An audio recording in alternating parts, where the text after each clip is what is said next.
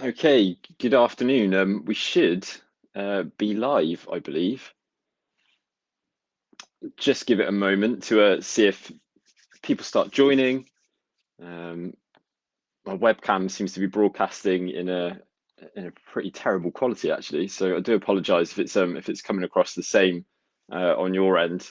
But yes, good afternoon. My name is Jack, and I'm one of the lecturers in policing here at the University of Gloucestershire. I'm just going to give it a minute just to give people an opportunity to come and join the live stream. If my webcam is really blurred, if I wouldn't mind, if someone could just pop in the chat if it's that way on your end as well. Hopefully, we can try and figure out why it seems to be doing that. But I will give it a moment just to give people the opportunity to join us this afternoon. You'll have to forgive as well my current state of lockdown hair, as I'm sure everyone can appreciate at the moment. I've been doing my best to try and keep it under control, but for now, it'll have to do. And I've also cheated slightly as well this afternoon. I'm not in my living room, so as everyone can appreciate, um, I think every room in the house at the moment has become marked territory for for family members about where they work. So I've been confined to my room. But thank you very much for joining me. I can see people starting to join now, and I will keep an eye on the chat as I go along too. I hope everyone's well, and hopefully some of the news from the government relating to the roadmap out of lockdown has given people a little bit of hope that we're slowly starting to return to some degree of normality. I'm very much looking forward to having students on as well, on back on campus at some point in the near future, which would be great. But I might as well make a start. So, good afternoon. My name is Jack James, and I am a lecturer in professional policing at the University of Gloucestershire. I've been at the university as a lecturer for the last year and a half. My first year here as a lecturer, I was part time. I'm now full time. I'm permanent member of staff, and absolutely loving my time here, which I did as a student as well. About 7 or 8 years ago now, I started my career here as a student, studying criminology at an undergraduate level after finishing A levels. I am a local boy, so I went to Chosen Hill School. So I have stayed close to my roots. The apple definitely hasn't fallen far from the tree with me. But yes, after finishing sixth form, I decided I felt quite lost actually as to what it was I wanted to do. I knew I wanted to do something related to policing, but 7 or 8 years ago, there was a recruitment freeze on policing, so it kind of left me feeling a bit lost, really.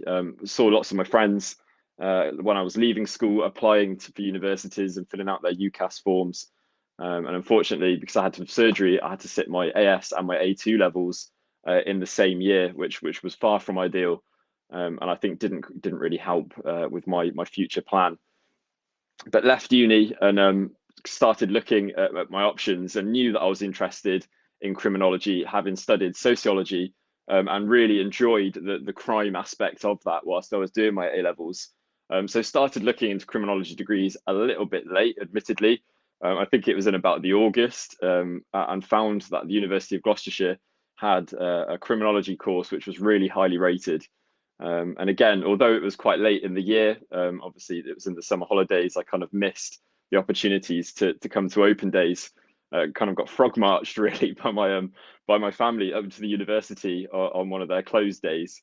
And luckily, as it happened, a member of staff from the criminology department, Dr. Carol Jones, was on site, and very kindly agreed to meet and kind of talk me through the course and what that entailed, and decided to apply. Applied through clearing, had quite a lot of support from the university in that process, as well as applying for student finance. Again, what was quite minute in hindsight, but really kind of helped with what was a relatively smooth transition into university life.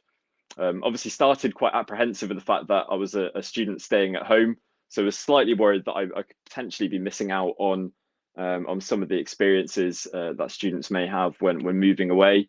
But kind of on day one, just knew that I'd made the right decision, and absolutely loved my time in my first year as a student here. Made some friends for life who 7 or 8 years on I still speak with. I would say meet up with, but I haven't done that for about the best part of a year, as again, I'm sure everyone can appreciate. But certainly loved my first year here. After feeling quite lost as to what to do, it was an amazing start at the University of Gloucestershire, feeling so welcome and accepted, and like it was where I was kind of meant to be, really. Unfortunately, that didn't continue throughout my second year, and really felt that in my second year I kind of hit a bit of a wall. First year I applied to be a student ambassador and really made the most of the opportunities that came my way. Was really engaged in all of my lectures. Kind of always felt bad if I missed one, and just made the most of university life, even as a student living at home. And in my second year, I really started to struggle, not necessarily with the university work, but largely with mental health. Started to kind of drop off the radar a little bit. My engagement noticeably went down. Kind of started to lose a little bit of passion and enthusiasm for what it was I was doing, and couldn't quite put my finger on why. And me being me, as again, I'm sure people can relate to, I didn't really want to talk about it. I find it really difficult to open up, and talk about how I was feeling, and kind of, I suppose, left it relatively late in the year to seek support. And obviously, it was a huge change for me, from going from being really enthusiastic and passionate to all of a sudden just not really feeling it. Um, Especially as I was enjoying the course and my time at uni so much. And I think it was a combination of factors in hindsight, largely having kind of felt quite lost at the end of my A levels, having had surgery, as well as coming up through my teenage years, struggling with kind of coming to terms with my sexuality as well. And I think throughout university, it's a great time to really get to kind of know yourself. And I think it was all kind of coming to a head towards the end of my second year, and I ended up missing two of my exams. So I was kind of in a situation where my options were to really either drop out or kind of force myself to open up to some of my lecturers, particularly my personal tutor, about what was going on. I was very fortunate in that I had a very supportive family at home, and quite a good support network. But unfortunately, it still led to the position that I was in. And walked onto campus one day, and again went to meet with Dr. Carol Jones, who was my personal tutor at the time, in a really cringeworthy NYPD jacket with all the patches and everything over it. Apparently, I thought that was cool. Walked in and just kind of opened up about how I was feeling, and I think that one conversation was what I needed, probably to kind of put me back in the right direction, and help me get the support that I quite obviously needed at the time. And I remember walking out of Carol's office, and she had a huge display, which I always thought was really cool, of police badges where she'd been and visited various police forces across the world. And Carol very kindly gave me a police badge from the Orange County Sheriff's Department, which the University of Gloucestershire, our criminology students get the opportunity. Obviously, when kind of pre-COVID, we can cross our fingers that things like that do return. But pre-COVID, our criminology students had the opportunity to go over. It was on a every other year kind of basis, to visit the Orange County Sheriff's Department over in Florida. And Carol had been given a badge by them, and she very, very kindly, as a bit of motivation, gave me that badge. I think intending me to put it on my cringy police jacket, but I've kept it and still have it with me to this day, and it usually lives above my desk at work. But in hindsight, I think that one conversation, although it wasn't necessarily me going out to seek that support initially, I think the situation that I was in kind of almost forced my hand a little bit. But in hindsight, I think that was a really positive thing, and really helped me kind of get back on the right track and have the support in place that I needed. The university were fantastic. I had a number of extensions authorised on assignments. I was referred to counselling, and also received support from the student achievement team in kind of assisting with my academic work as well. And just, I think it just felt like a huge weight off my shoulders as well, having told people about what I was going through and how I was feeling, to then kind of have that support in place. Really, just I think helped. And coming back in third year, felt like I was kind of on the right track, and obviously managed to, although I had to resit a couple of modules and had to do an additional year as a result, which was in itself quite quite frustrating. Obviously, seeing my friends graduate in third year, and I had to stay and do an additional year. I did obviously come out the other side of it and graduate. And in that time, I think something that really helped me focus was applying to become a special constable. So I initially applied, and during my second year was rejected from my chosen force. Which again, when you're in that kind of low spot, something like that can just be an enormous blow. And to me, it really was. Obviously, I hadn't been able to follow my initial plan straight out of sixth form in going into the police full time straight away, and then trying to apply as a volunteer to be unsuccessful, especially at a time where you're feeling particularly low and struggling. It was a massive blow. And again, came back in my third year with those support systems in place, and kind of a bit of self motivation and support from my family and lecturers and friends. Applied again as a special constable in my third year, and was successful. And that was over 5 years ago now. And it's something that I've carried on doing throughout my time as a student, and also throughout my time here now as a lecturer, and whilst I've been working in between. I had the pleasure recently of serving as an inspector and managing a number of officers across quite a big patch, having my own special sergeants to manage. And it's been an absolute pleasure. And I'm still obviously going out and doing those duties alongside my job a couple of days a week, which is amazing. For those of you who don't know, a special constable is a police officer who quite simply doesn't get paid. So same powers, same uniform, same responsibilities, just without the paycheck at the end of the month, which has been incredibly rewarding, and I think really helped to focus me throughout my time at university, the kind of remaining time that I studied at university. And again, I think it matured me very, very quickly as well. Being exposed to everything that a full-time kind of constable would be exposed to. Some of them really rewarding and interesting, others, quite upsetting and distressing and difficult to deal with. But it has been an absolutely fantastic experience, especially as a student. The flexibility with the hours really kind of worked, and even now working full time and still doing those couple of shifts a week. It's been kind of great to have that support as well from kind of both ends, I suppose.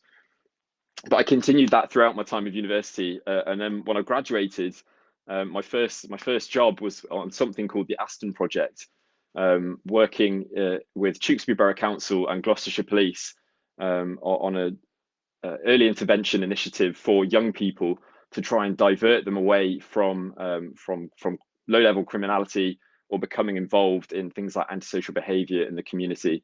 And that job was a fixed term contract funded by the PCC.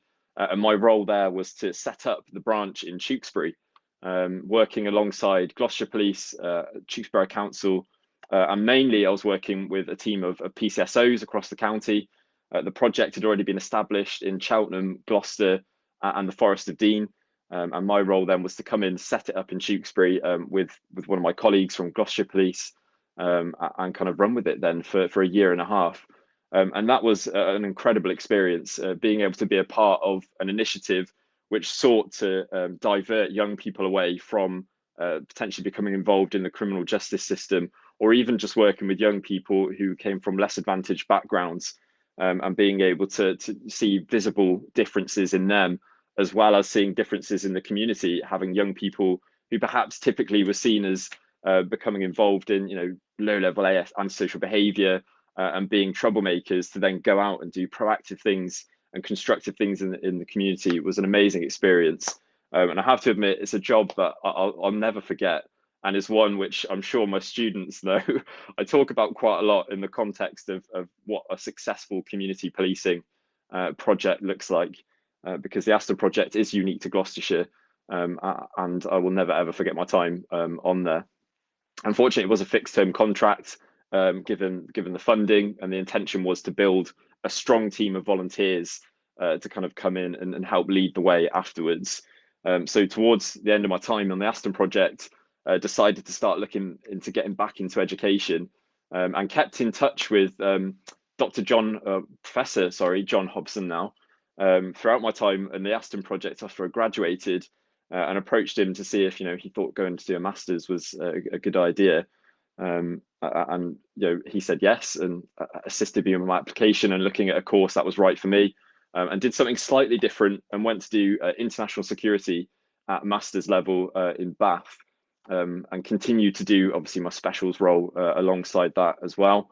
And it was whilst I was kind of one day sat in the cafe on campus in Bath, decided that I was just absolutely loved kind of university life and being involved in higher education, and felt really passionate about continuing that after my masters. And I can remember calling up John and asking about whether or not he thought a PhD was a good idea, and kind of just kept in contact really with some of my lecturers from the University of Gloucestershire as well, because we are a relatively small, close-knit community at UOG.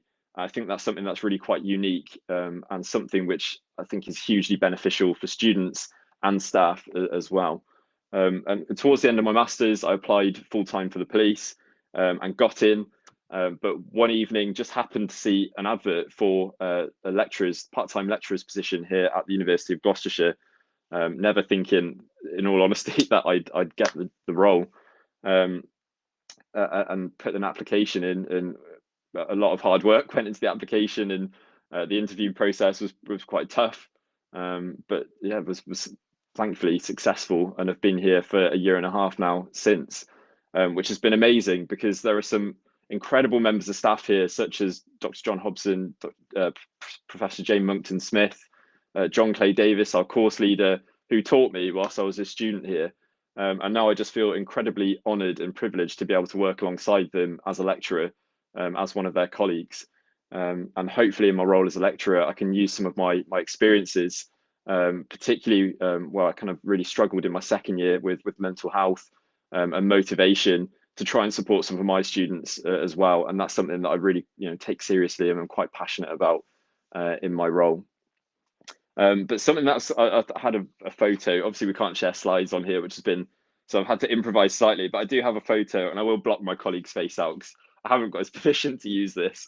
But I do have a photo taken in 2017, which was my final year here, and we were invited by the university to come and do a talk about what it was like being a special. And I had a photo taken. Again, I'll block my colleague's face out. Although now I've done that, he'll probably shout at me for blocking his face and not putting him on Facebook. But we had a photo taken on campus at FCH, and it was really weird because now the window above me there is now our policing team office where I sit and work. Which, again, if you'd have told me that in 2017, I'd never have believed. And it's certainly not been a smooth ride. There's been a lot of ups and downs, a lot of tears. But whilst I was here as a student, the support that I received was just second to none, and I cannot fault it. And I think was instrumental in helping me get through and giving me the motivation to kind of continue with my degree. And even since graduating, obviously keeping in contact with some of the members of staff who taught me was really beneficial in kind of helping me throughout my master's degree as well. And now, obviously, as a member of staff here, I'm looking hopefully at starting a PhD in the coming year, looking at police use of force and taser, which is largely where my research interest lies. And I've recently submitted a book chapter with our academic subject lead, Richard Hester, on stop and search as well, which I've got my fingers crossed for all goes well, which will be my first publication, which will be quite exciting. But yes, that's been my journey so far. And in my time as a lecturer so far, I've just tried to support my students, again, drawing on some of my experiences, and just trying to kind of help them throughout their time. My main areas of teaching have been practice of policing. So I largely teach things like bias awareness, looking at stop and search, powers of arrest, powers of entry, various offences, largely in the classroom. And then we have a really good mix of practical based scenarios to put our students' knowledge to the test as well, which is a great hands-on way of learning, and also a lot of fun whilst we do that. But yes, that's been my experiences so far in about 20 minutes or less. So thank you very much for listening. I just want to have a quick look at the chat now and see if there's any questions that anybody has coming in. And again, I can only apologise for the quality of my webcam. I don't know why it's like I'm recording it on a brick. It just it's let me down in the last 20 minutes. It was fine earlier on. I was a full-time student whilst I was here studying criminology. So I was local, so didn't take accommodation for the 4 years that I was studying here. I did stay at home. But for anyone who is kind of, I suppose, considering living at home whilst being at university, I have to admit, I don't feel like I missed out on the experience at all. I think, again, being here at UOG, the number of societies and clubs and things like that on offer, it was great, and I don't think I missed out on it at all. Again, in my third year, when I was kind of feeling in a slightly better place, just took every opportunity that I could. I went and did things that I wasn't even necessarily interested in, like joining the board riders and going surfing with people that I'd only met like the week before, and things like that. It's a fantastic community, and I absolutely loved it. But yes, I was full time, but thankfully, with the support from the university, I was able to apply for an additional year of student finance after I'd kind of struggled in my second year, and obviously had to reset some of my modules. I would strongly advise, if you are looking at applying and you're struggling in terms of applying for accommodation, for example, do get in touch with the accommodation team here, as well as the finance team as well, because they may very well be able to assist. I'm just trying to have a look at what other questions have come in. So I think in terms of what has inspired me to keep going, I think largely it was the support from staff here at the university, my family, my friends as well, but also being a special constable whilst I was a student gave me just, I think, something additional to focus on whilst I was here, obviously outside of uni and part-time work as well. So being a special, I think it matured me very, very quickly, and it just gave me a very different perspective on things as well, and really helped keep me motivated to get me through to the end of my degree, because that was my initial goal, was to join full time afterwards, and then I've been very, very lucky with some of the opportunities that have come my way, but also a lot of hard work went into some of that, and it was really tough, particularly in my kind of second year, start of my third year, to firstly open up about some of the issues that I was facing, because I just didn't want to talk about them, and then secondly to try and work on them, and come up with some kind of positive ways to help. And I think that's really my main message for today. Is I was kind of joking with my students last week, telling them about this session, saying that I can talk for hours and hours about the Police and Criminal Evidence Act, stop and search, things like that. But when it comes to talking myself, I feel quite awkward about it. So my main message for today, as well as obviously sharing some of my experiences, was just to try and get the point across to please ask for help if you need it. If my lecture today can even motivate one person to check in with a friend, to seek support from a GP or from the help zone if you're a student, or get in touch with someone that you trust if you are struggling, then I definitely would have considered this a success today. But that has, I just wanted that to be my overarching message, I think, to reach out for support if you need it, because sometimes it can just be that one conversation that kind of helps steer you back on track and put some positive and constructive support systems in place, which may just kind of steer you back in the right direction. And again, that's something that I'll keep for a very long time. The badge that I was given by my PT when I finally went in to open up about some of the issues that I kind of had in my second year. I'm just having a quick look at the chat again to see if anything else. So in terms of policing career, so firstly, I'd just like to say I'd recommend being a special constable to anybody, even if you're happy and content in your day job, but are thinking of something different to do in your spare time to perhaps give back to the community, then I would strongly recommend it. Equally, if you are looking at policing as a career, it is a great way to get your foot in the door, and be exposed to pretty much everything that a full-time paid officer is going to do. Specials do have the same powers, the same responsibilities, same uniforms as full-time officers. So if it's something you're considering, then being a special, I think, is a great way of really kind of getting a flavour for what policing is like. In terms of, I suppose, next steps for me, so ideally I'd like to, in terms of my policing role, is look at trying to apply for the inspector's position full-time to continue to mentor and provide opportunities for new officers coming in, But otherwise, I'm quite happy with I'm really happy with my day job now. So, I'll definitely be. I'm hoping that this is going to be a long-term thing in my academic role now. Obviously, looking at trying to start my PhD this year too. But yeah, certainly we'll be staying as a special, and I can never see myself handing my warrant card in. To be honest, it's a fantastic role.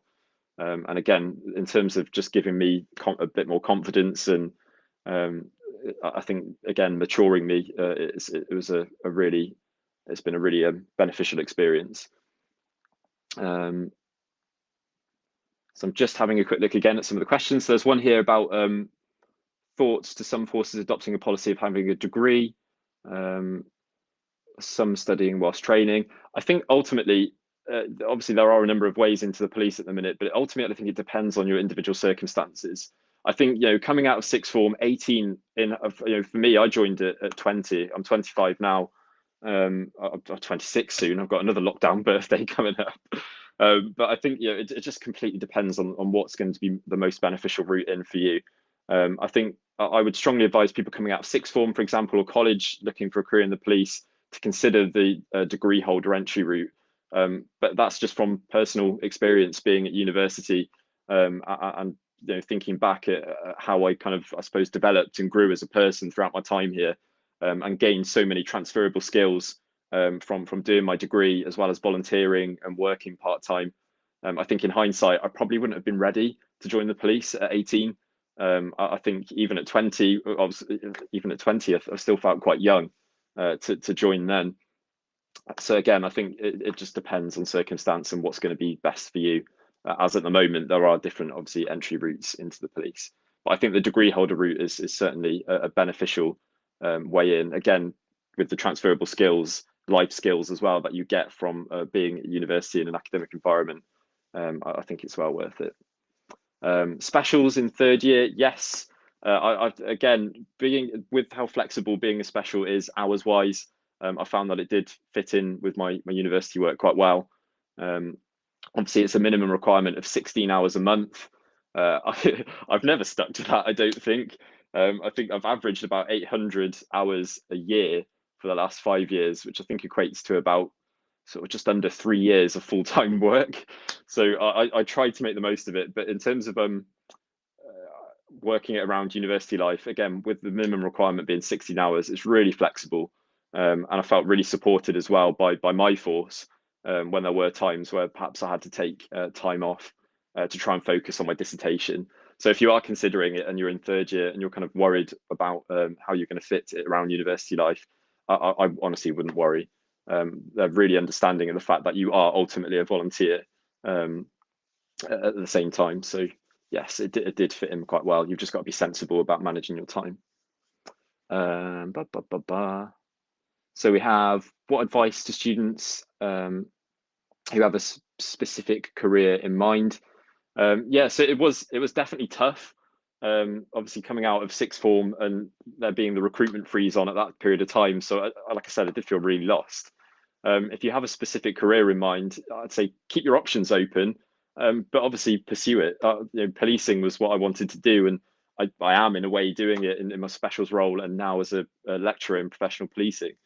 I'm making sure I say professional policing, otherwise our course leader won't be happy. But yeah, I think just get as much experience as you can. If you're a student studying and you have a specific career in mind, volunteer. Go out and look for things like part-time work, because the amount of skills that you get from doing that are fantastic. And even working, I worked at Jack Wills when I was here, and when I went for my interview, and they were asking about things like teamwork, times you've had to manage conflict, all of those kind of things are transferable, which was great. And I think, yeah, if you have a specific career in mind, then go for it, chase it. But obviously keep your options open as well, because my idea was to go into the police full time, and 7 years after kind of finishing, starting university, sorry, I'm now lecturing here, which I wouldn't really have thought of back then. But it was only really as I was going through, say, my masters, for example, that I really considered it as a career. So if you do have a specific career in mind, put everything into it, but definitely keep your options open, because you never know what might come along. just having a look to see if there are any other questions really before I finish the live stream. But again, I hope this has been interesting. As I said, sometimes I think this is quite relatable, that it can be quite uncomfortable talking about yourself. But I think, you know, my main intention coming into this living room lecture was really just to try and emphasize the importance of opening up and talking and reaching out and asking for help, but equally checking in on your friends and family, because sometimes, like I said, that one conversation can be all it takes to make a massive difference in the future. So PhD, can I study at UOG?